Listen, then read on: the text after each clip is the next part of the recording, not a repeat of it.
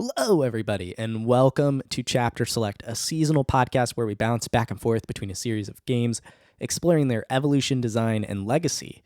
For the Season 3, we are back with a special bonus episode related to the Banjo Kazooie series. My name is Max Roberts, and I am joined, as always, by Logan Moore. Hi, Logan. Surprise! We told nobody about this. It was a top secret operation over here. We teased it with chipmunk emojis, and that's about it. So. This guy over here. We are talking about Conker's Bad Fur Day, one of Rare's other 3D platformers on the N64 era. It all started when Logan one day says, hey, maybe we should play this game since we're already playing a bunch of Rare games. Yeah, I just thought it would be a good idea because the Banjo season was obviously on the shorter side. We've done lengthier seasons with our, outside of the initial trial season we did with The Last of Us, season 1 and 2 with Paper Mario and God of War were both much longer. So this Banjo season, by comparison, especially when accounting for Grunny's Revenge, which is like a 3 or 4 hour game, was way shorter. And I wasn't trying to artificially lengthen the season by any means, but I thought it might just be a good fun time to go play this game, because I know that a lot of people, when they think of that old school era of Rare and their platformers, they talk about Banjo and they talk about Conker. And I mean, we can get into this, but I think for both you and I, we've never played this game. We have no real exposure to this game because our parents listened to the warnings on the box art, I believe, and probably didn't get it. I have a distinct, we can get into this with our histories in a bit, but I have a distinct memory of my mom mentioning that I was never allowed to rent this game, which is kind of funny. Anyway, yeah, I thought it would just be a good time to, if we're not going to play this game now, then we never would have probably ever. So may as well do it now. But yeah, let's get into, we're going to run down the structure of this episode will obviously be a little bit different. We're going to keep things the same for the most part. Obviously, we are not going to be exploring the evolution, design, and legacy of Conker because there is really only one game. Actually, there are like 4, but it's even worse than Banjo. Yeah, but one of them's a remake. We'll talk about it here. But we are still going to run down the basics of the game, which is it was, again, developed by Rare. It originally released on March 5th, 2001 on the Nintendo 64. A remake, like I mentioned before, came to Xbox in 2005. That was called Conker Live and Reloaded, which is after the Microsoft acquisition, if I am correct. Yeah. Game director on the game was Chris Seaver. The producer, we don't have any specific producing credits that we could find for this. Couldn't find a single one.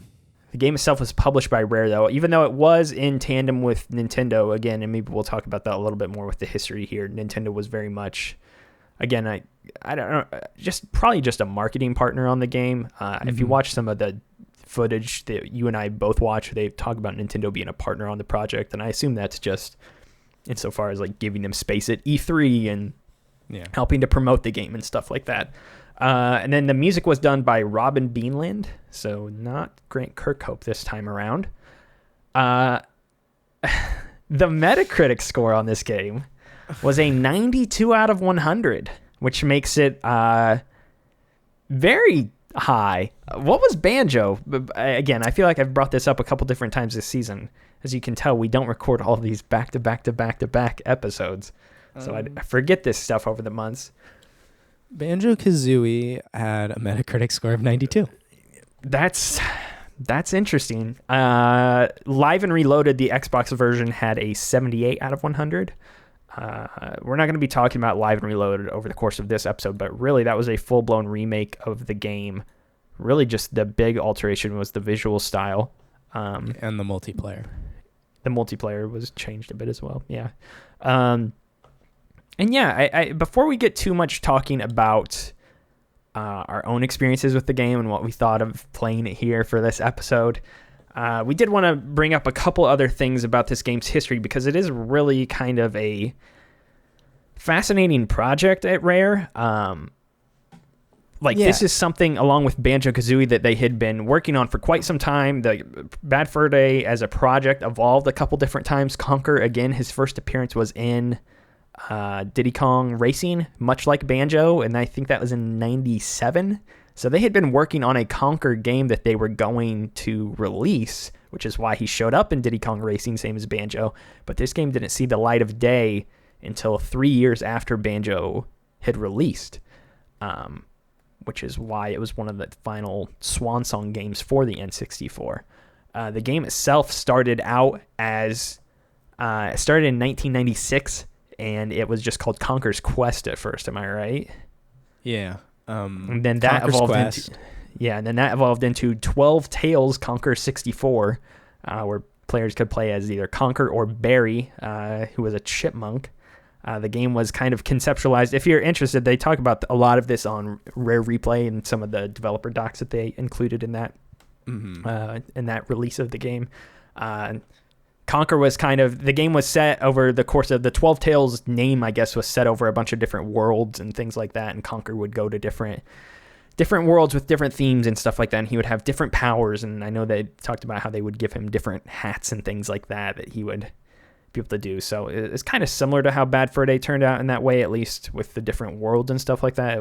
Although Bad Fur Day had a lot fewer worlds by comparison. That project, though, then ended up getting retooled because they felt like the market was getting highly saturated with cutesy 3D platformers. Rare even invoked its own release of Banjo. And when you think about like getting into the late 90s, there really was a ton of that stuff. Like I always remember Rocket Robot on Wheels is one of the big ones. I don't know why. I think that was done by Insomniac, I believe, or Sucker Punch. It was one of the two. No, it may have been Sucker Punch. I think Sucker Punch did that one. It was done by Sucker Punch, yeah, and published by Ubisoft. So I always remember that game for some reason because that was one I rented from Blockbuster quite a bunch. But yeah, Glover the market was and Glover, Mario. Yeah, You got the Banjo games. So yeah, it was definitely an oversaturated market. So they decided to then turn it into what it is now, which is this more mature, crude platformer game that kind of parodies other platformers and also has like a rougher edge to it and kind of throws off your expectations of what you would expect from a game of that type, which in general I think is a really good idea. Like I love the idea for what Conker is personally. Execution Maybe not so much. Other than that, Live and Reloaded, again, we said it came out in 2005. Rare was bought or acquired by Microsoft in 2002, and so then Max, you noted here in the notes that once they got acquired, they made Live and Reloaded. So they had been working on Conker in some capacity since 1996. So it was a long period of time that the studio was working on something related to Conker, which perhaps makes sense why he then went away for a very long time until he randomly showed up in Project Spark in 2015, which was always a weird crossover or return for that character. And then there was the HoloLens. That was just like a demo, wasn't it, that he showed up in 2016? The Wikipedia say it's a platform application released for the Microsoft HoloLens featuring a younger version of Conker. So it's just like a tech demo, essentially, of Conker interacting with furniture and things in... we also didn't mention the Game Boy Color game that came out, too. That was Pocket Tales. That was technically his first appearance outside of Diddy Kong Racing, his first own full-fledged game, and that one was made for like kids, and the story is much more cutesy and similar to what you'd expect from something of the genre.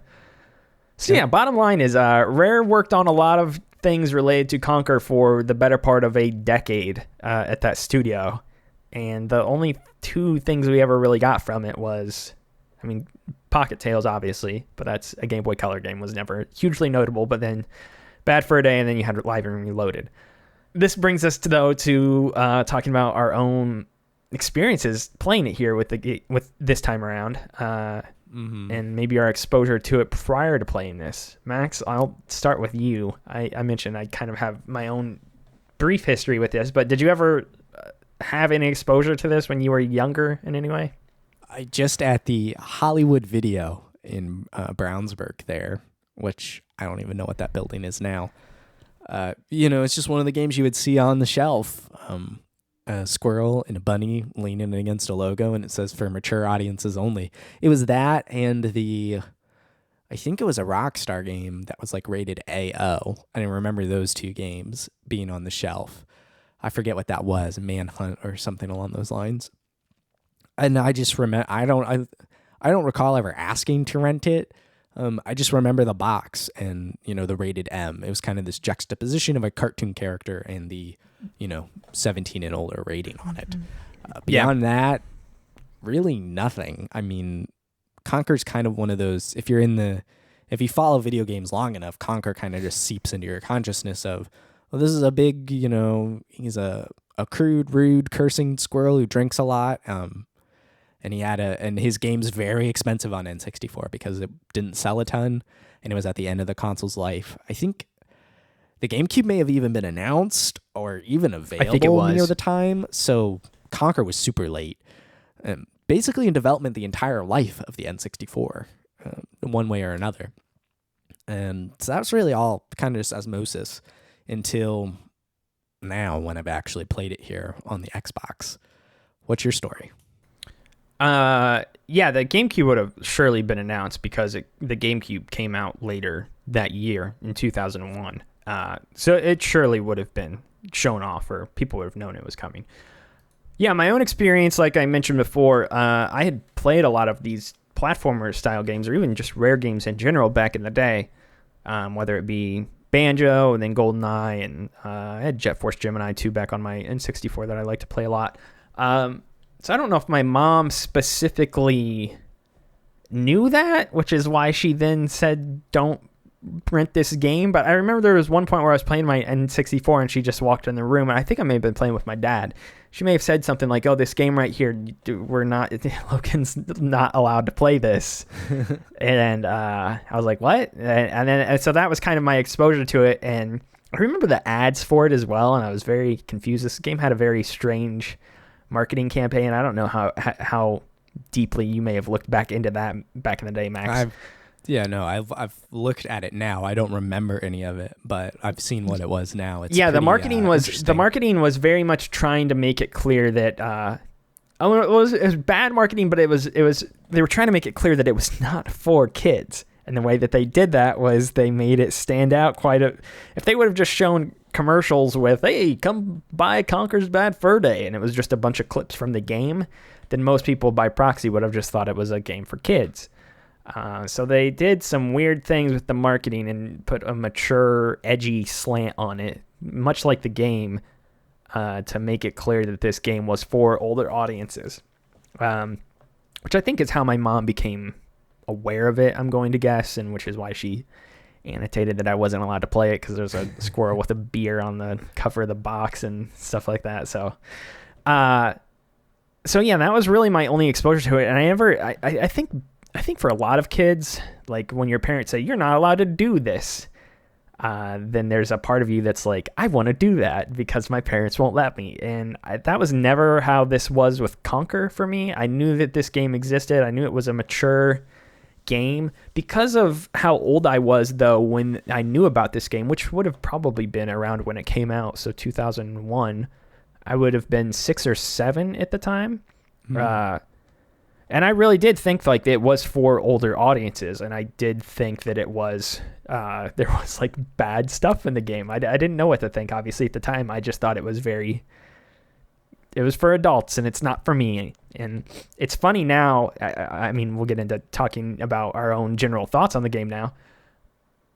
It's funny now that I have played this game, because even coming into it within the past couple weeks that we've been playing it, I was very much expecting this to be a mature, crude game. And in some senses it is, but it also feels like a game that's made for 14-year-olds. It's just, this game is not as mature as I think it leads on to be. Is it mature for the platform it's in, or for the genre it's in? Yeah, sure. Especially at the time. Nowadays, though, this is tame. You see worse things on TV. I was even thinking about it. I feel like if you removed like the large bouncing boobs in this game that are somewhat prevalent, I feel like the game would just get like a T rating nowadays. That's the only thing I really feel like modern wise that would really push it into that M rating area would be the sexualization that is somewhat prevalent. Otherwise, I mean, they swear every now and then, but like the F-bombs are all bleeped out. Anything that's really would be considered the worst curse words are all bleeped out. Other than that, like it very much feels tame by modern standards, which is something that surprised me, at least when it comes to the game's reputation as being this crude, mature game for adults. So I don't know. It feels like it was written by a bunch of high schoolers. Just joshing around the locker room. It's just about beer and just cursing and women and just being silly and killing people and stuff. It's very immature for being such a quote unquote mature game. It's actually immature. It's an immature game for anyone over the age of 17. It's kind of eye rolling worthy now. Like you're just like, oh, of course I have to pee to douse these flames, or it's just dumb. Like very dumb humor and poop jokes. Quite literally. It's just I was rolling my eyes. I mean, let's just get right into it. I don't think either of us have blatantly said this. We think this game sucks. I wrote absolute trash. This game is abysmal. And I don't. We both think this game is bad. I don't understand the love for this game. I don't understand it either. I want to say this though. This is the thing that I mentioned before. I think I will say some things about this game that will potentially surprise you. For the most part, I think this game sucks. I think it's very bad. I think it has not aged well whatsoever. However, if I can roll the clocks back 21 years and think of myself playing this game back then, I think I would have understood why people feel about it the way they do now. You and I have played this game for the first time 21 years after it came out, and my goodness, does it not hold up in any regard whatsoever. Like, this game has not aged gracefully in the slightest. And that's compared to like Rare's other platformers that we've Banjo we just played, and we talked about how well we thought Banjo held up, especially the original. 2 got Feels a little great bloated to play, control wise, design wise, a lot of those things hold up. This game just doesn't feel good to play. No, it's janky. Even the basic stuff, like the floating with the, like even the most basic moves, like floating through the air with the tail. From the developer that invented like the ponytail hover in Donkey Kong Country 2, they can't seem to nail it for their squirrel companion with the same power. Like, this should be just like Dixie or Tiny, and it's not. And I'm baffled, really. A lot of the design decisions here, I think, are trash. So the thing that I really like about the game, and this is one of the goals that they had, is that it feels constantly fresh because it is changing up the game mechanics constantly. And on paper, I think that is a good idea for a game. Maybe not even a platformer, but a game of this style where it's throwing a lot of different things at you and you don't really know what to expect around the next corner, whether that be in the form of a boss fight or some sort of mini game or just whatever. There's so many different encounters in this game that are wildly different from one another. And I think that's really cool for the most part. The problem is that the baseline platforming mechanics suck, and therefore every other gameplay mechanic in this game sucks too. And it's changing up things mechanically on a minute by minute basis in some instances. Like every hour you're presented with two to three different things that are completely unique to that section of the game for the most part. And they all feel horrible. So in a general sense, I like this idea of throwing a lot of stuff at the wall and coming up with variations of the gameplay. But none of it is good. And that's the problem. This game is such a slog to play. Like I mean, that's just the most basic way to state it, is that everything that you do in this game is just mind-numbingly dull. It's not engaging. It doesn't respond the right way. And then there are certain sections that are just horrible. I think about the laser section at the end in the war sequence, which I was texting you about yesterday because I had finished the game yesterday at the time we were recording this. And like the gameplay mechanics themselves don't feel good already, like the crawling and the jumping, and then they put you in these scenarios where it's like, oh, now you got to dip and dive your way through all these lasers or else you'll die. And it's like, oh my gosh, like it's absolutely miserable. It is repetitive as well. You have to do everything. Every puzzle is at least 3 times you have to go back and forth. To deliver something or bring something somewhere. Gotta bring the cheese to the rat 3 times. Right, you gotta roll the poo ball to 3 different locations, and if you go up the wrong hill, then you're screwed. Yes. They really don't spell any of that out either in some situations. Like, this game doesn't even give you prompts for the controls outside of press B over the B platform. Other than that, like... Context sensitive. Yeah, you and I were texting each other things like, you're like, oh, by the way, pro strategy, you can crawl in the war sequence, which I did know that, but then you're like, also you can pee harder if you hold down the left trigger. Like, the game doesn't tell you any of this. It just introduces these gameplay mechanics, and it's like, okay, figure it out. I don't know. Like I don't know. I didn't know all the moves at my disposal in some of the more unique boss fights. Like, I think about the ending boss fight too, where I had tried it probably 25 times and lost, and then realized, oh, there's a block feature to this too, where I can block the things snapping animation at me, the aliens. It does not spell any of this out whatsoever, especially compared to, again, I don't need the games to hold your hands constantly, but if you're going to introduce a gameplay mechanic, like Banjo's got the right idea with it, where it's like, oh, hey, I'm going to teach you this move now. Here's how you do it. Here's how you do your Briggle Bash, or here's how you do your... Or even think to Donkey Kong Country, where they show you an animation of like what it is. Like, you can do this and that. It's so just aimless in a way.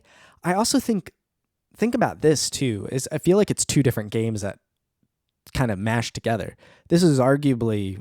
Not even arguably, this is one of the longest games that Rare was working on, and you can tell it was started out as one project and turned into something by the end, because it feels like a definitive halfway point where the game goes from, here are these like made up environments, to here is every movie reference we could get from the 2000 and put it in one movie or one game, and it feels disjointed, mashed together, held together by tape. Nothing feels good. This is from the same studio that gave us GoldenEye, Banjo, Donkey Kong, and all of Conker's shooting sections. A lot of those of which are like revolutionary from a mechanics standpoint. GoldenEye revolutionized the shooter genre on console, especially pre-Halo. Like, before the dual sticks came about with Xbox and Halo, like, GoldenEye was pun not intended, but it was the gold standard for shooters on consoles. Absolutely. Yeah, and then you get into this game, and it's like they have so many mechanics that are in here, but they don't tell you how to do any of them. And then on top of that, even once you figure them out, they don't feel good, like, at all.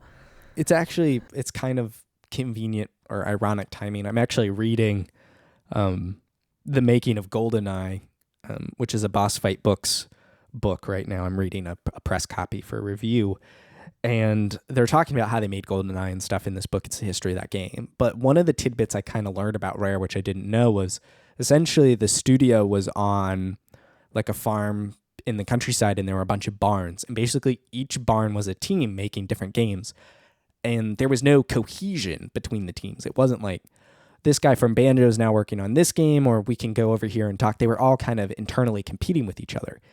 And you can tell this wasn't made by the people that made Banjo or GoldenEye or Donkey Kong. Like, this, I mean, I'm sure some people from those games were brought onto the Conker team, but this was not their A team or even their B team. This feels like this is a bad team. I don't know how this wasn't canceled.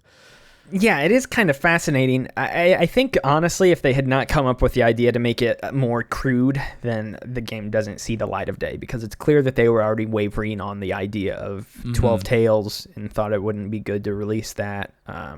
And it's only after the retooling that they really had confidence in the project. And even then, it didn't do well. I mean, there's a reason there hasn't been another one of these games outside of just a remake in the past 20 years. There's so much I have to mention on the negatives with this game. And I'm sorry, if you're somebody who actually, I'll mention this right now. I literally wrote down in my notes, if you like this game, you only played it as a child. Like, pretty blatant. I have a similar note. Anybody who modern currently says that they love this game is lying to you. Because if you play this game in 2022, if you go play it on Rare Replay right now and you play the whole game from start to finish, I do not see how you can get out on the other side of that and be like, yeah, wow, one of the greatest games of all time. I love it. Like, it's not good nowadays. I wrote down, people who think this is good have the thickest rose-tinted glasses on. Yes. You can love the game. That's fine. I played some stuff back in the day that I would acknowledge now as trash as a child. Like, yeah, that's fine. But this is fundamentally not a good game, not a good platformer. Yeah. It's not a good shooter. It's not a good puzzle game. It's not even good visually. I think there's a lot of jank in the game. And it's not even good. It's not even got a good storyline. It's not even got a good storyline. I think the best thing, the one thing I will say is I think visually it looks pretty good for the system. Like, it's pretty impressive. Some of these sequences they were able to get run on the N64. Like, I think a lot of this looks like it would be more well tailored to like the GameCube for the era. Obviously, there's a visual gap between the two. But there are some pretty impressive sequences in this game, even stuff that you wouldn't see in Banjo. I think the character models and stuff were pretty expressive and had a lot of character and charm to them. I think that stuff was really quality. I think the camera, though, it's just the camera is horrible. I don't understand. That's the one thing that I was trying to wrap my head around, is how the camera is so bad in this but not in Banjo. Like, I know you mentioned there's not a lot of crossover between the teams, but I didn't have a lot of trouble with the camera in Banjo. This game's camera gave me issues constantly, like significant issues. Yeah, like all the time. And maybe that's because we played the 360 version of Banjo, and maybe they tweaked that a bit and we aren't aware of that. But I really don't think it is. I think that feels like there were sections for me where the camera straight up got caught on walls and I couldn't see Conker, and I had to find a way to like either quit out of the game and restart, or I had to like find a way to maneuver the camera in such a way that I could get it around this corner that it had literally got stuck on. So yeah, the camera's very bad. I want to talk about the story, because a lot of people, the thing that made me feel like I was losing my mind the most with Conker fans is after I beat the game yesterday and I started looking up a lot. I wasn't even looking up a lot of stuff. I was watching some videos and I was reading Metacritic, and a lot of people were like, oh wow, this game is one of my favorites, not just because of the gameplay and the crude jokes and stuff, but also because of the story. It tells such a deep story and really hits you by the time you get to the end of it. I'm like, what are you talking about? Like, look, we've come a long way with video game narratives since this time. I'm totally fine with that. But a deep story? What are we, like, the only thing, the main bad guy wants to, and I get that it's supposed to be funny, but the main bad guy is this panther that just wants a table fixed so he can put a glass of milk on it. Which, again, fight him. You don't even fight him or run into him or have your confrontation is with this person that Conker is not even aware of that exists. So it's weird in that regard. Like, at least with something, again, pointing back to Banjo, like, Grunty's pretty front and center and is very clearly the antagonist going against the protagonist. Conker doesn't even know that the panther exists until the final 10 minutes of the game. I also wrote down the big thing that people think is like the emotional point at the end of the game is Barry dying. Barry sucks. She's horrible. Why do people like her? Conker doesn't really care about her. He does. That's the other thing I saw people care about is people are like, oh, you get to the end and you realize Conker just always wanted to get home and he just wanted to be with his girlfriend. I'm like, well, Barry treats him like garbage in this game. Like, even when they reconvene at the end and do the stupid Matrix sequence, like she's belittling him and treating him like garbage, and then she just dies. And like the game opens with him like intentionally trying not to go home to be with her so he can stay out and drink with the boys. And then and people are like, oh, it's so heartfelt when Barry dies at the end and Conker's so torn up. I'm like, why? They've done nothing to establish. Not torn up. They've Conker done nothing forgets to bring her back. Conker cares more about killing the alien than his dead girlfriend. The game it's just mashed together. It really is nonsensical, which is fine. It kind of fits with the idea of just bouncing between genre and game and movie reference and things like that. But there is no plot or story here. Not even like the sub-villain, who you don't even realize like he's the one that sends out all the teddies to do this war with all the other squirrels until you show up later and he says, you killed all my teddies, grr. It's just... They kind of tease it in his workshop at one point. I did see you can see some teddies. But even then, like... Well, he's also... The professor guy is just...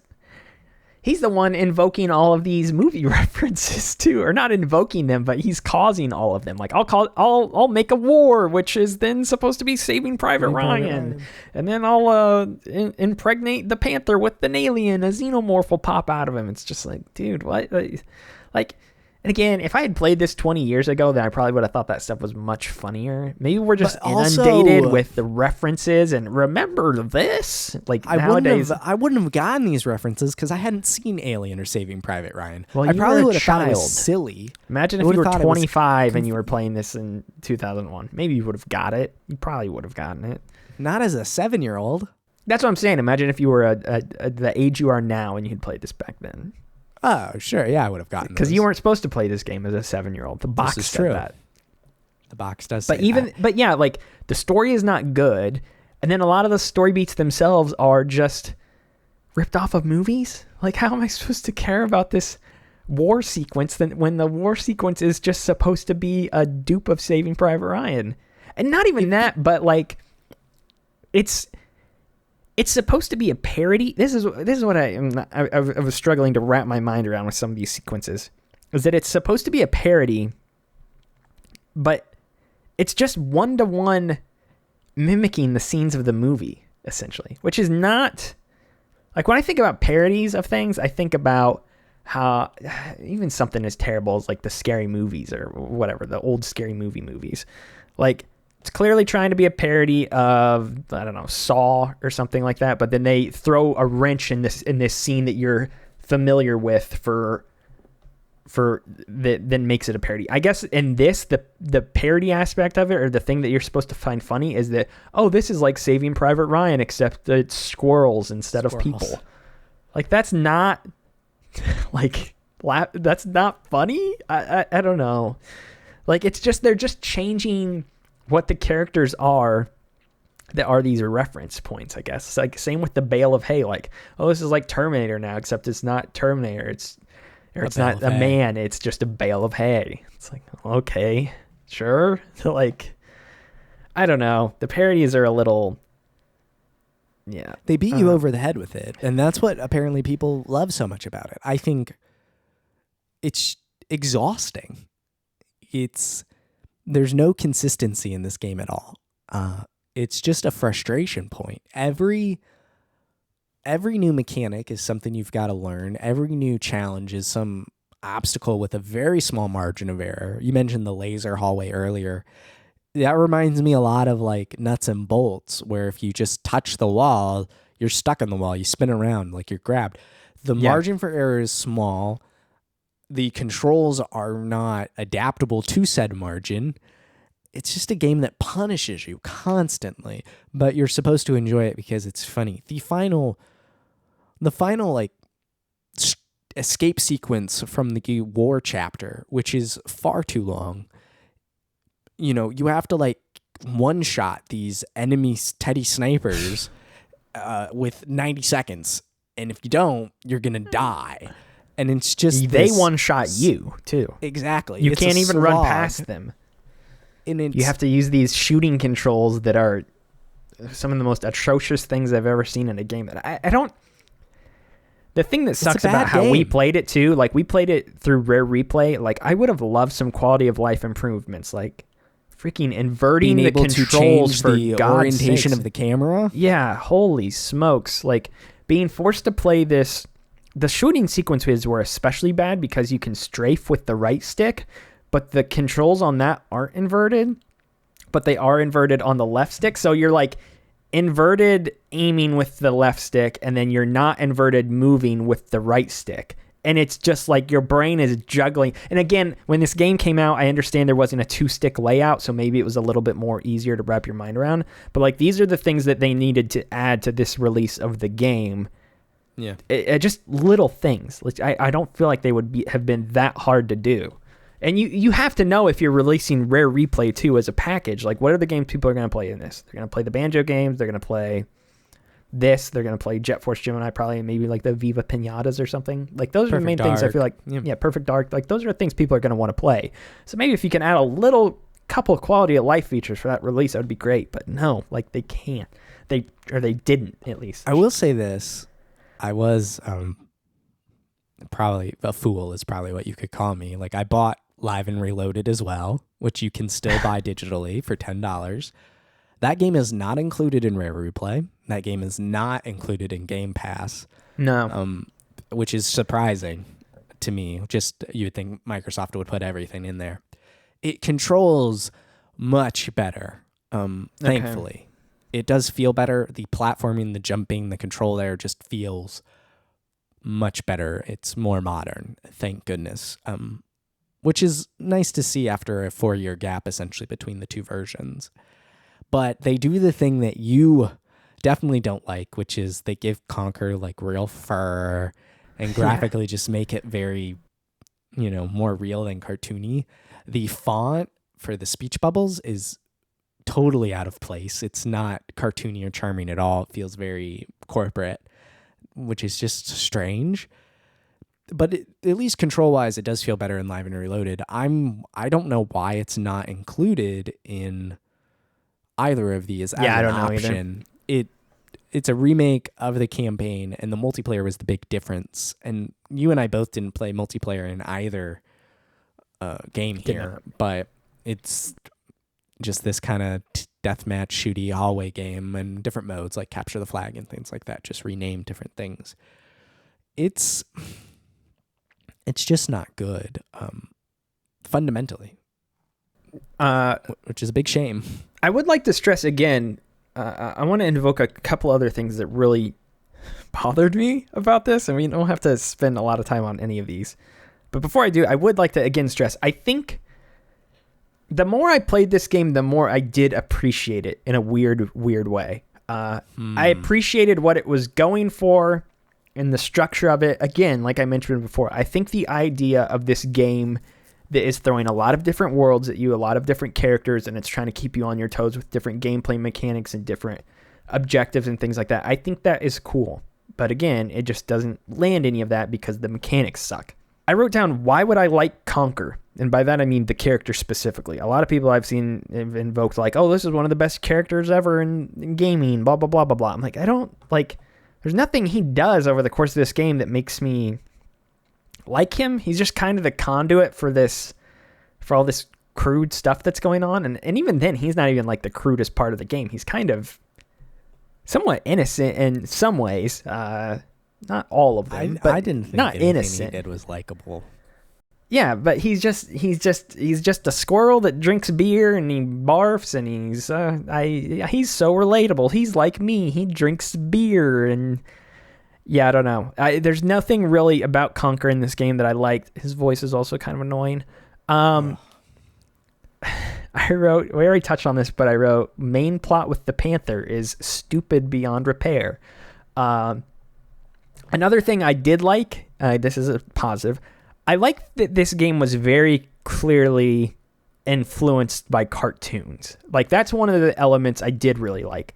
Like, Conker whipping out a frying pan out of nowhere and smacking people with it. Like, I like elements like that, where it's very clearly trying to be like old school cartoons with its nonsensical nature. That's something that I think is readily apparent throughout the entire game and is one aspect of it that I did like quite a bit. And even when you hear them talk about 12 Tales and what Conker's Quest and stuff like that was originally going to be, they mentioned that there was a focus on trying to make this game like old school cartoons. And I think that still is you can definitely still see that here in Bad Fur Day, and that is one thing that I do personally like. I don't know if that's something that you have any feelings on. Really, it. I didn't really care too much for it because the frying pan didn't work on every enemy. No, it's just, I can appreciate it from a style perspective, but mechanically none of it really benefits you. Yeah. And which is super frustrating. I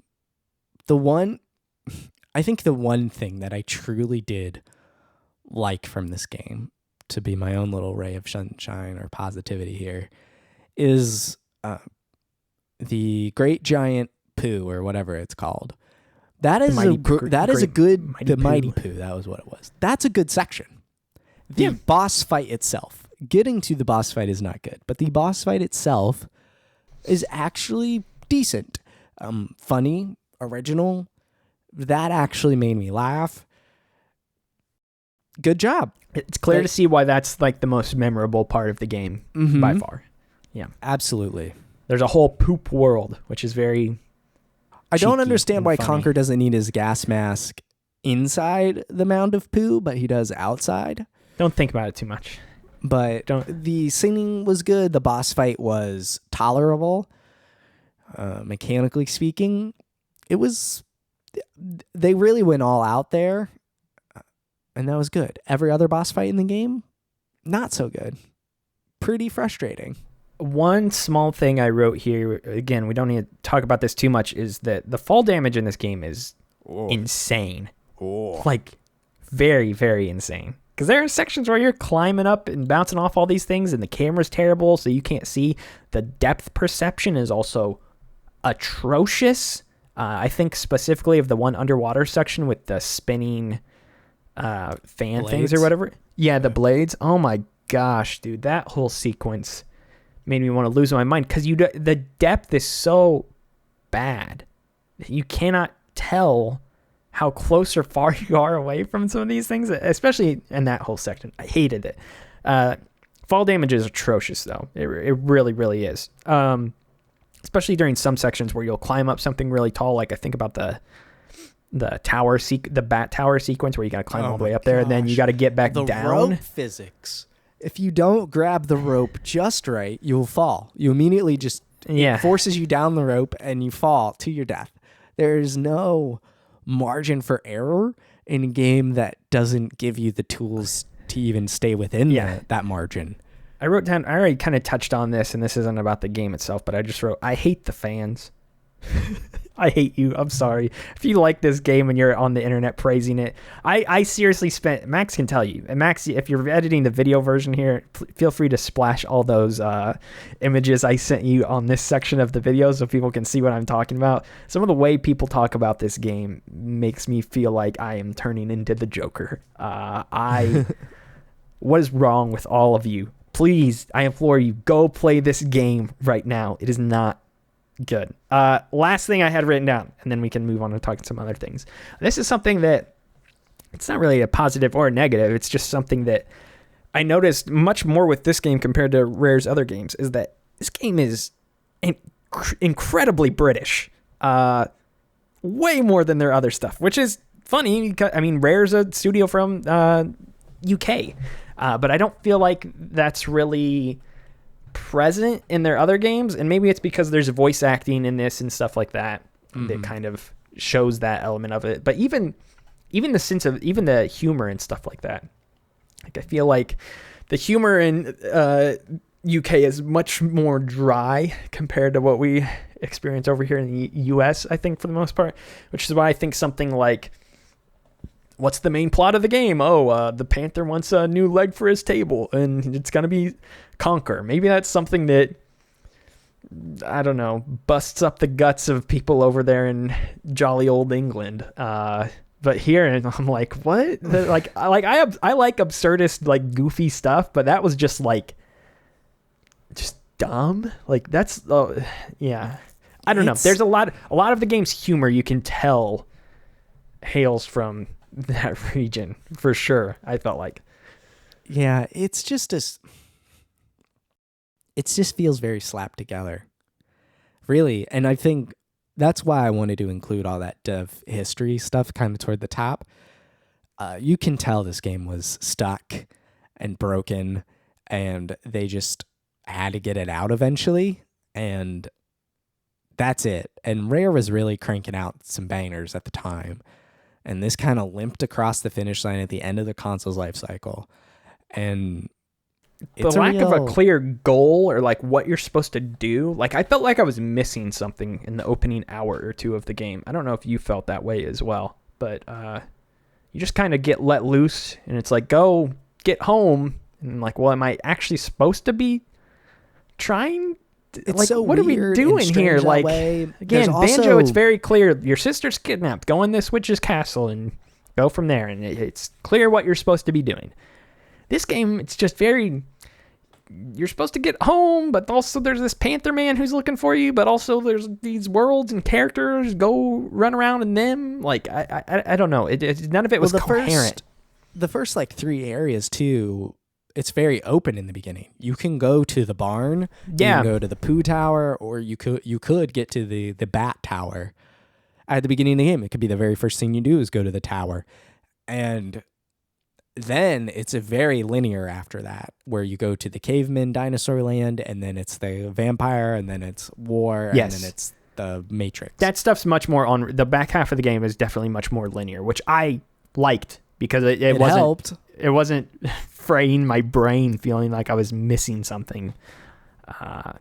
Because they definitely because personally, I don't know about you, but as soon as I unlocked the poop ball, the first thing I did was I rolled it into the water or whatever and opened that whole section. And then I've got the bat tower stuff open with the junkyard dogfish or whatever the heck it is. Like, I opened that whole area and I'm like, okay, am I supposed to go here now? But I feel like I haven't done. Obviously, I knew the Great Mighty Pooh was somewhere in Pooh Town, and I'm like, am I supposed to stay here and keep doing stuff here? So I just felt like, there's a lot of different ways you can go in the opening hours of the game, and kind of threw me off to a degree, for sure. It's certainly the roughest Rare game I've ever played. I really don't understand the love for this game. Again, I can understand it if you played it 20 years ago and you have not touched it since. But then I can get it to a degree. But there are games from 20 years ago that are good, you know? There is. Yeah. Like, and actually good. That's where I'm really torn, is maybe that's the thing that's making me go a little crazy here, is the Metacritic score. And seeing even what critics were saying back in the day. Like, if you were a kid who rented this game from Blockbuster back in 2001 and you played it and you're like, what the heck is this? Oh my gosh. Like, I can see how you'd have an affinity for it. But when I see critics, and again, throw this in the video version if you want to.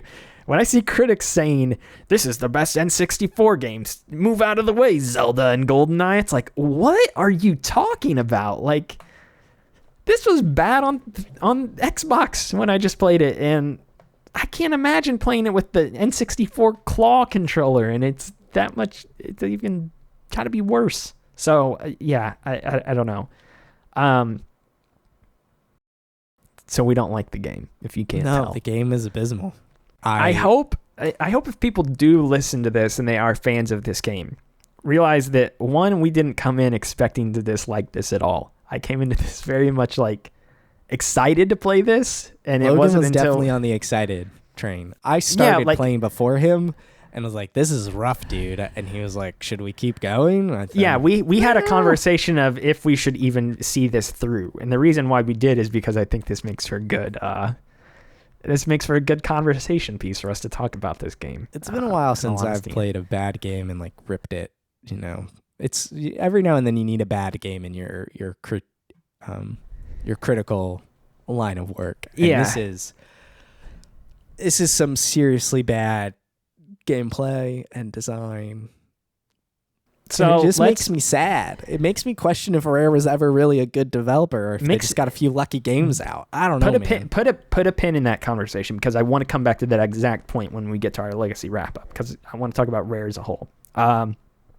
Let's do the thing that we have done throughout the rest of this season with associated with Banjo, which is rank all the levels, or I guess in this case we'll rank all the chapters, because this game is cut into a chapter by chapter basis. There are 9 chapters in total. There's the opening Hungover section when you're trying to get into the main area.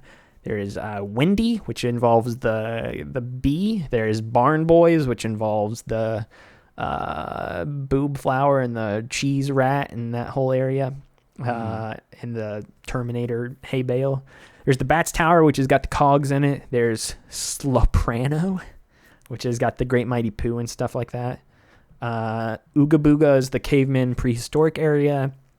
Spooky is the vampire section with the mansion and we haven't even talked about that whole god-awful sequence with the zombies and stuff like that. The war section is obviously the whole war sequence, and then the final is the heist/space area, which is, you do a Matrix heist. turns into you do a heist in the Matrix, and then you end up in space somehow. That's a great way to combine those two things together. Next, I'm going to guess you think all of these are bad, but is there one that stands out to you amongst the rest as being either truly terrible or better than the rest? I think the worst level by far is the war level. It's too long and too hard. I would say war is the worst. It's awful. It never ended. You have the tank controls. You've got the weird boss fight with the missiles that track you. Let's start. All right, let's start at the top. I think this will be easier. I'd say Pooh is the best. It's got the Great Mighty Pooh. It's the best boss fight in the game. It's short. It's dumb juvenile humor, but I can kind of appreciate an entire world being centered around poop. It's funny. I have the brain of an 11-year-old still to that degree. Making cows poop and then swimming through that diarrhea is funny to me. Blowing them up after you make them poop is kind of weird, but I'd say poop is best. Poop is best. Poop number 1. You heard it here first. Shouldn't it be number 2? It should be number 2 technically. Other than that, I don't know. I think war is definitely near the bottom, but I'm trying to compare it to how I feel about some of these other ones. I think the first half of Uga Buga is good with the dinosaurs, but as soon as you get in the club, I hated that. I hated that one way more. Honestly, more than war, if I'm being real with you. I just did not like any aspects of that. The other thing too in that sequence, I was under the impression that when Barry gets kidnapped earlier in the game, she gets kidnapped by the Panther, I thought, which I thought that maybe they were coming to her. Yeah, I thought that they were coming to the house because they were looking for a squirrel and they knew Conker lived there. And then she opens the door and gets kidnapped by the rock people. And then later on, you find out the rock people just kidnapped her for the heck of it, I guess. They needed a dancer in the club. I don't know. I don't understand that. All of that. I hated Caveman. I'm fine with saying war is the worst if you feel that strongly about it. But I think Uga Buga is pretty bad. Uga Buga's bad. The back half of it is for sure. The whole the bomb is really terrible. I died on that like 5 to 10 times because it's so tight. The window to get there is so tight. You have maybe like it's that margin of error being so slim with the awful mechanics. Yes. The margin of error on that is so small. I think Spooky is also really bad. It's funny because I said, I appreciated how linear the later levels were, but those were also the ones where I'm like, dear God, this is the worst part of the game. I think Barn Boys is maybe higher near the top, personally. Sure. The barn sequence. I think you feed a rat cheese and then he explodes because he gets gas and then he comes back to life later for some reason. I don't know, man. It's so dumb. The bee stuff is inoffensive in the sense of you just have to go into the hive and get that stuff out. It's really more the hub world that connects everything. Barn Boys feels disjointed and has a lot of high level platforming up top in rafters and the tower above. But at least and to get the flower, you have to also bring bees from 5 different locations. We'll put War 9th because I think the laser and then the beach sequence is probably the worst section of the entire game. Yeah, the whole thing's too long. Spooky. Behind that, though, I would say dude, I hated the final boss. Like, I almost quit the game. I was just almost like... When I was playing it, I said, this game is going to break me. The Matrix final boss section was not fair and difficult. I got through that without any problem. I did that in one go. I died like 15 times.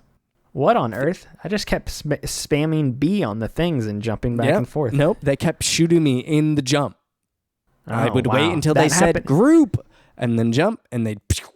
I was just jumping. I was just jumping constantly. I wasn't waiting. That's how I started, and they just kept killing me. It was abysmal.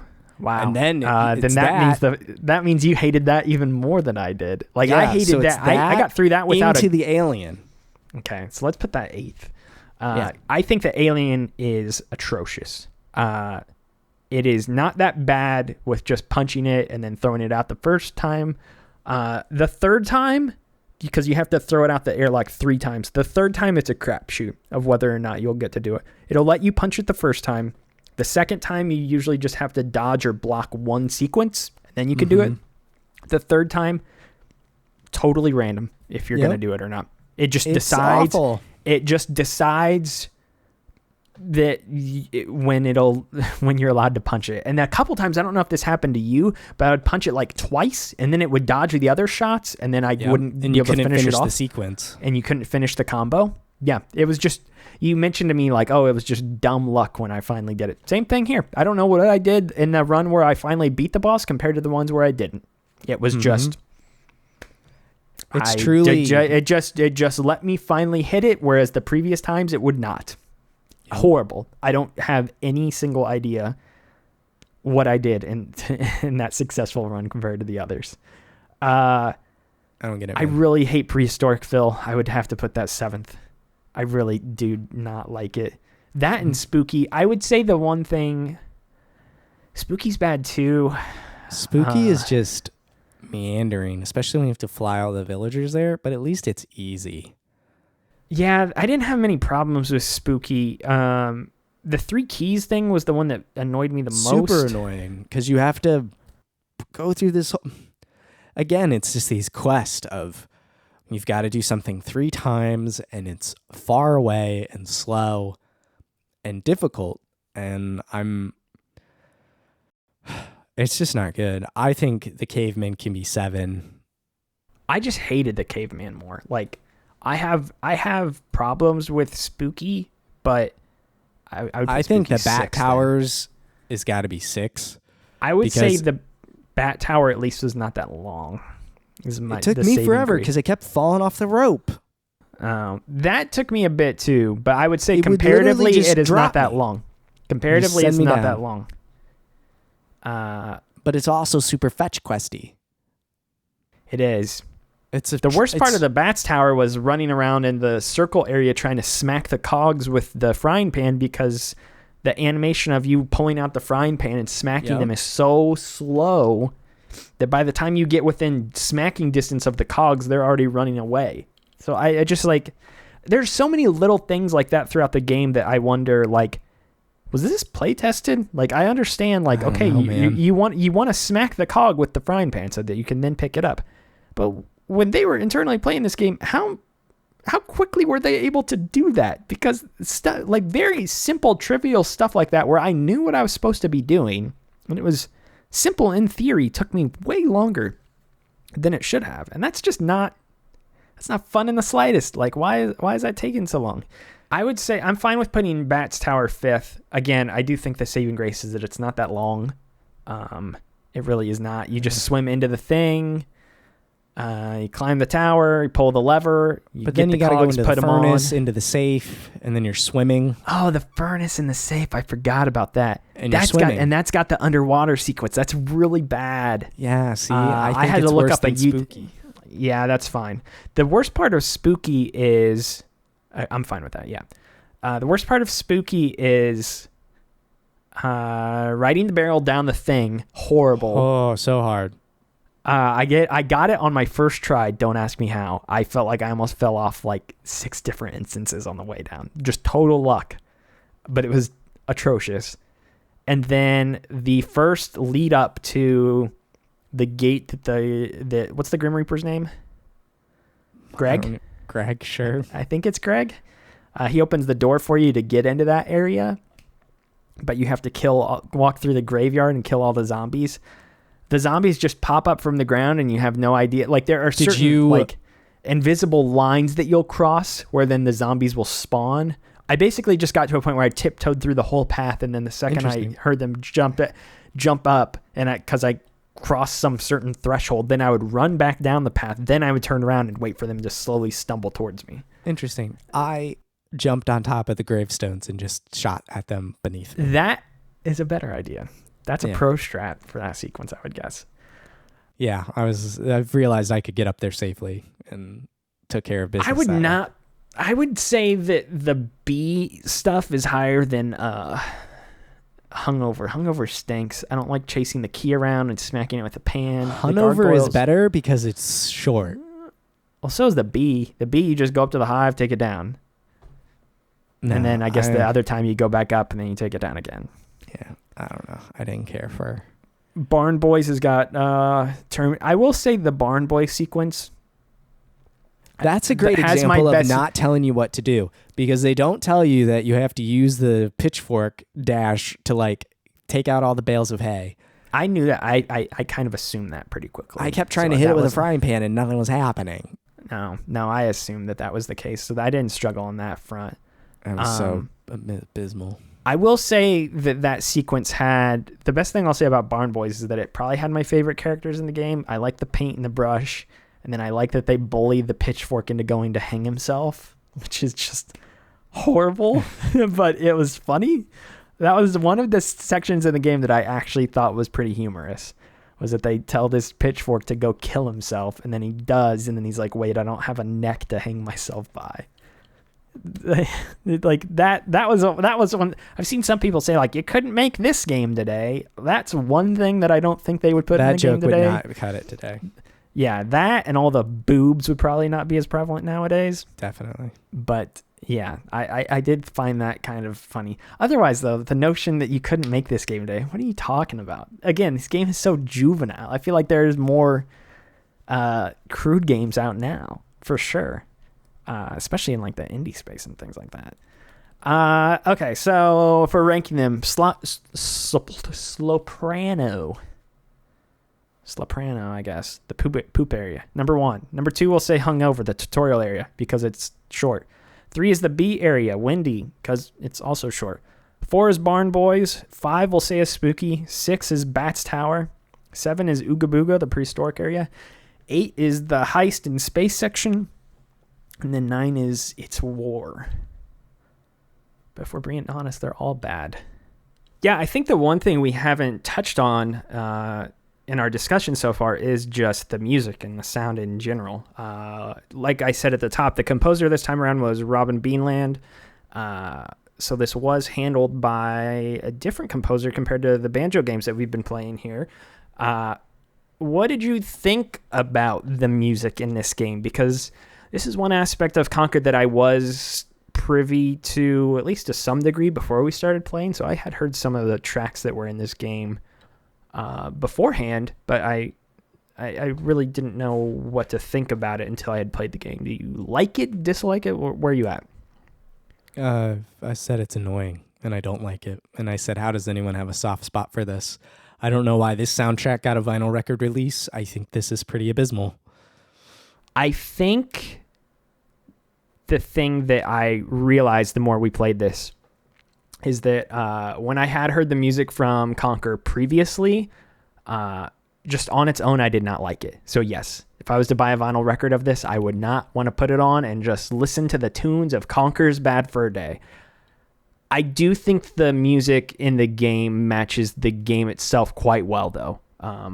Especially the main overarching overworld theme and the variations on that. I do like that similar to Banjo, if you go to different aspects of the main kind of hub world, the music will change at least a little bit and stuff like that. And I do think it matches this kind of style of world. I mentioned also before that I feel like this game is trying to go for like a cartoon sort of vibe to it compared to something like Banjo. Like it has the same art style as Banjo and a lot of other platformers of that era. But this game specifically, I feel like, is trying to be like a crude Saturday morning cartoon. And in that sense, I think like even the main theme of the game specifically, I feel like harkens back to that old-timey era, which I kind of liked. I think it matches the game quite well in that sense.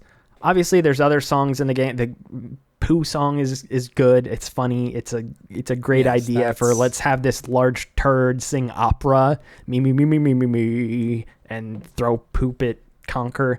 Other than that, there's not anything particularly about the music that stood out to me. Again, this is not a soundtrack I would just pull up on YouTube and I feel like listening to the Conker soundtrack today. It's not one of those, but I do think it mashes well with the game. And you're grimacing here in front of me, but I think it's so bad. I found it annoying. But what would you have rather them gone for, I guess, with the soundtrack? You think this game is annoying? No soundtrack at all? You think that this game is annoying and bad, so maybe it's kind of fitting that you get an annoying and bad soundtrack to go with it? When you were like, yeah, it matches well with the cartoon aesthetic, I'm like, it more matches well with the annoying aspect. It's the only thing memorable is the Pooh song, and that's because there's singing involved. The rest of it is just you just like nails on a chalkboard. Like, I just want to shut it off. I didn't want any of it. I didn't think any of it really enhanced the experience. It was just, I wanted to forget it as much as possible. I think the thing that annoyed me to the degree that you're talking about here, in relation to the sound, would be the voice acting. I did not like the voice acting throughout. That was the thing that kind of the voice grated acting was on me also bad, but I chalked that up to early 2000s voice acting, not so much. That was what I chalked it up to as well. But some of these voices, if there was not speech bubbles, I would not have any idea what certain characters are even saying. Yeah. Like the professor is one that I think about, which I know he is supposed to have like an accent or whatever. So it's kind of why that's why he talks differently. But again, I could not make out what he's even saying if not for the speech bubbles that accompanied the voice acting. Right. Yeah, a lot of these characters just I attribute a lot of it to the time period, and that voice acting wasn't really a thing in games back then, just yet. So maybe in that sense that this game was somewhat ahead of its time. But yes, I that was the thing that really grated on me, was just all of the poor voices throughout and the poor quality. I think I mentioned you at one point, like, wow, this is really terrible. It sounds like lower quality microphones than if you were to record this on a snowball, a Yeti snowball mic or something current days. Like, it was very, very bad. Like, I don't know what they recorded that dialogue with, but it was not good. And I get it's on a cartridge. I was going to say, maybe it was the compression of the N64 carts themselves, and you couldn't do a whole lot. It's tough. I get that. I do laud them for trying to put voice acting in the game, but it's just, I think it just continues to show that this game was in development for far too long. It had too many cooks in the kitchen and came out a disaster. I would argue maybe it didn't have enough cooks in the kitchen if some of these gameplay mechanics turned out the way that they did, even though Rare has shown in the past that it's more than capable of creating some really good gameplay experiences. Especially, again, the shooting sequences in particular kind of baffle me, because Jet Force Gemini felt good back in the day. GoldenEye felt good back in the day. And again, maybe if I had played this game when it came out, I would have thought it would have felt good at the time too. But that is not the case. Let's kind of wrap up here, have our final sort of legacy discussion. Obviously, this is a bonus episode tacked on to the end of this season. If you want to hear our thoughts about Banjo, and we talked about Rare as a whole, kind of in our previous episode about Grunty's Revenge. But let's have a little bit of a larger discussion on Rare, especially this era of Rare, before we go. This is something I mentioned I want to put a pin in, but is Rare actually as good as we believe they are? I don't think so. I feel like this is the discussion we have at the end of all of these seasons. Like Paper Mario, we got to the end of it and we're like, is Paper Mario really as good as we think? And then we played some of the God of War games and we're like, is God of War really as good as we think? No, like, I think God of War is the exception there. I think it is. I mean, especially for the most part, God now. of War games are pretty good. I think the worst God of War games would be like Ascension and maybe Chains of Olympus. I think the rest of them hold up fairly well. And Paper Mario is a bit interesting because some games kind of like, at least these 3D platformers, try different things, different experimentations, and also were made all by the same developer. But at least some of them do, work well.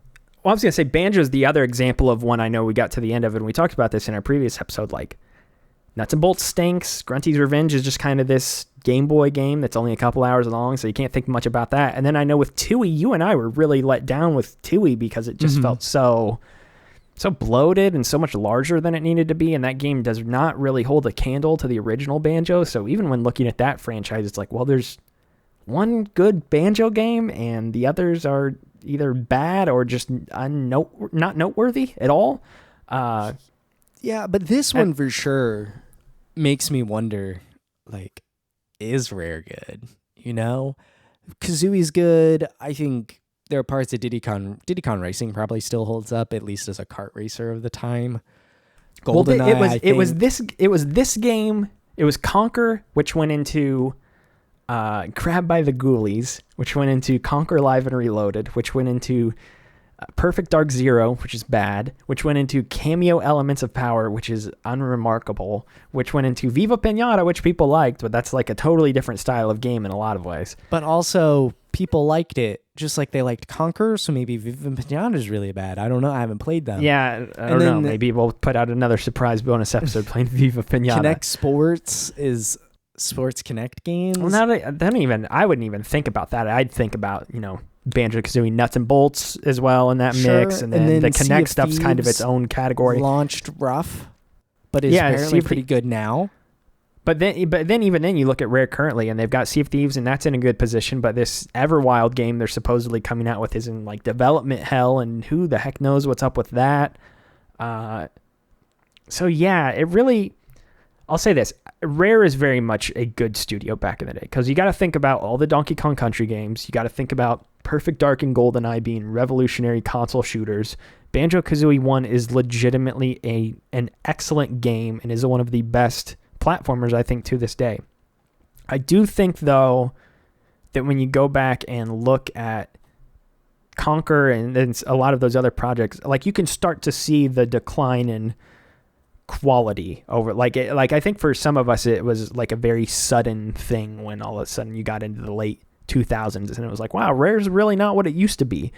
But no, like as you got into I'd say post Banjo Kazooie, everything that Rare really started to release was a bit rougher. Even with like Donkey Kong 64, which I know is a game you like. I would say that game as well doesn't really hold a candle to Banjo-Kazooie. I'd say everything post Banjo-Kazooie has been a slow, steady decline for Rare. Because GoldenEye was 97, I think, if I'm correct. Mm-hmm. So I think it was 97 GoldenEye, 98 Banjo, and then from there, Rare started slowly. It didn't fall off a cliff, but Tui was a little bit of a letdown.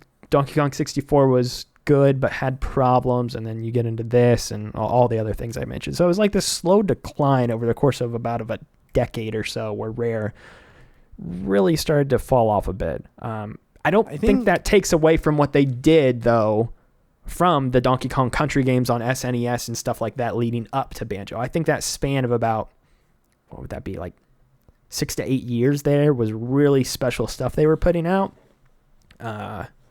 But then once you get into the early 2000s is when it really starts to fall apart, I think, a little bit for them. I think it was a bit like Icarus. They got too close to the sun. They got bloated, I think. I think they had too many teams doing too many separate things, all striving to do similar things or push the console to its limits. And they lost their way, I think, which is an unfortunate thing. I think you could argue that some of the things that they were doing that were wildly different worked. You had 2D platformers with Donkey Kong Country. That was working. You had GoldenEye, which is a first-person. They were smaller. But you had GoldenEye, which is a first-person shooter, and that worked for them. You had a 3D platformer with Banjo. That worked. You had to make a kart racing game with Diddy Kong, and that was good. So, like, they were able to find success with having these different teams and bouncing off and doing these different genres. I'm more wondering...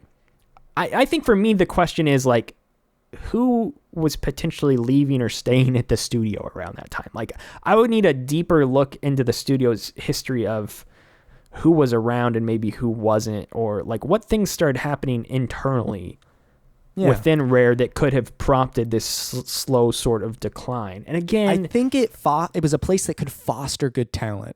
GoldenEye is a good example of it. Like I said earlier, I'm reading the history about that game, so it's very fresh in my mind. But that was a small team of beginner developers that had a love for Bond, and like that was a good place for them because Rare had essentially unlimited resources and money and the top of the line tech, and they were able to make something really great.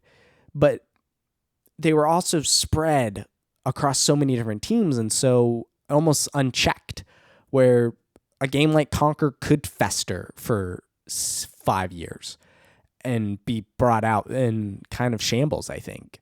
But then there are teams there that could make Banjo and Kazooie, and that was a really great game that excelled at the Super Mario 64 kind of formula that came out at the launch of the console. But it just, a lot of stuff got let out, and I don't think that it was tight enough. But there was an ability to foster really great talent, and that's just waned over the years. I think the thing, again, one other thing I really want to stress with Conker is that you and I have played this game in 2022. Like, I think we are being retroactively a bit, like you said, like Conker came out in shambles. Conker's definitely got problems, but if we had played this game 21 years ago, I do not think we'd be anywhere as near as hard on it as we are now. It's just, it has not aged gracefully. I think at the time it was much, some of the things that I'm mentioning now that I think are still unique and interesting about the game, I think would have been that much more so unique and interesting at the time. Again, I'm not trying to say that it was, I don't, because the way people talk about it is still, it's mechanically good. Yeah. Diddy Kong's mechanically good. GoldenEye is mechanically good. I think I still would have had these problems. I'm honestly baffled. And I don't know, maybe the people were just out in the desert dying of thirst of 3D platformers or something, but we know that's not the case. Ocarina of Time was good mechanically, and that has aged incredibly well. Mario's aged well. I don't know, man. Don't make me fight you on Mario aging well there. Mario aged you know well. What? You know I have things to say about Mario 64. Yeah, I don't know. Like I don't think, again, I don't think that this game came out and was like, oh wow, Conker's Bad Fur Day sucks, Rare's horrible. I think this game found an audience, it did something different, and that's fine. Because it is for all the things we have said mechanically about the game that is bad, you cannot deny that the broad elevator pitch of let's create a platformer because these are so popular now, but the slant on it is that it's for adults and it's crude and it's not made for children. Like, that is a great idea, I think, at its core, like, because it is very subversive in that way. It's just, mechanically it just does not hold up. And I don't see how anybody could play this game, even if you think it is hilarious and you are 12 years old and you are playing through this game for the first time and you think it's so funny because poop and boobs and all the dumb little gags in it are such a huge joke to you. I don't see how you could find the act of actually playing the game to be enjoyable whatsoever, which is like the inverse of all the other games we mentioned. So I don't know. I would not say retroactively that Rare is a bad studio because you cannot undermine the things that they did do. But yes, playing this game does finally recontextualize the way I view the studio, though, because when you hear people talk about Rare's best games, this is often mentioned right alongside Banjo. And this is why we played this game, is because we were like, okay, if we're going to go play Rare's 3D platformers, we may as well throw this into the mix. And Donkey Kong didn't feel like it fit well, and we didn't want to play that. And there's really no great way, or well, isn't it? It's on Switch Online now, I guess. No, it's on the Wii U. It's not on Switch Online. I thought it was on Switch Online. Anyway. Oh, I think I know what I'm thinking of. I think there's like a rumor that it's coming, or a leak or something that potentially teased that it was coming to Switch Online. Possibly. Anyway, I don't know. Do you have anything else you want to say about this, Max? No, I think that does it. Yeah. I'll say this. If you listen to this episode and you are someone who has an affinity for this game, I would love to hear from you, and I would also just encourage you to go play the game again right now, because I cannot stress enough that we have 0 rose-tinted glasses for this game, and I feel like a lot of the fandom does for sure. Yeah. And if you go play this game now on Rare Replay or wherever else you might want to play it, I think there's a good chance that you will come away and have a different conception of the game. Yeah. But yeah. Yeah, I think that does it for Conker. Thank you for listening to us bash on a game for, the last hour or so. I know that can be tough to listen to. I would like to say, be cathartic. It is very, I think I briefly may have mentioned this at the top, but I just would like to say one other thing. I am very glad I played this, though. And I don't know if you feel the same way. Like, I finished it, and I was very happy that I can now say that I've played this game, because I've had like a morbid curiosity about it for so long. And now whenever it's brought up, I can immediately interject that it's terrible. So I think if I had stopped after 2 hours, I would have felt fine. I'm actually not glad I played this game all the way through, except for the show. I think it's fun for the show. But beyond that, I would have dropped off very quickly on this game and never touched it again. But if you want to follow with the rest of what we're doing here at Chapter Select, including Season 4, which is The Fast and the Furious, and then Season 5, which is Resident Evil, you can follow the show on Twitter at Chapter Select.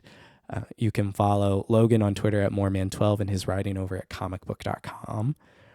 You can follow myself on Twitter at MaxRoberts143 and my writing over at maxfrequency.net. If you're interested in joining alongside in either Season 4 or 5, you can send either one of us a message on Twitter. That would probably be the best way. Those will be starting production here fairly soon. And then I think beyond that, that's everything I got. Thank you all for listening. And until next time, adios. Bye-bye. Chapter Select is a Max Frequency production. This episode was research produced and edited by me, Max Roberts. Season 3 is hosted by Logan Moore and myself. Season 3 is all about Banjo Kazooie. For more on the season, go to chapterselect.com/season 3. Follow the show at Chapter Select and check out previous seasons at chapterselect.com.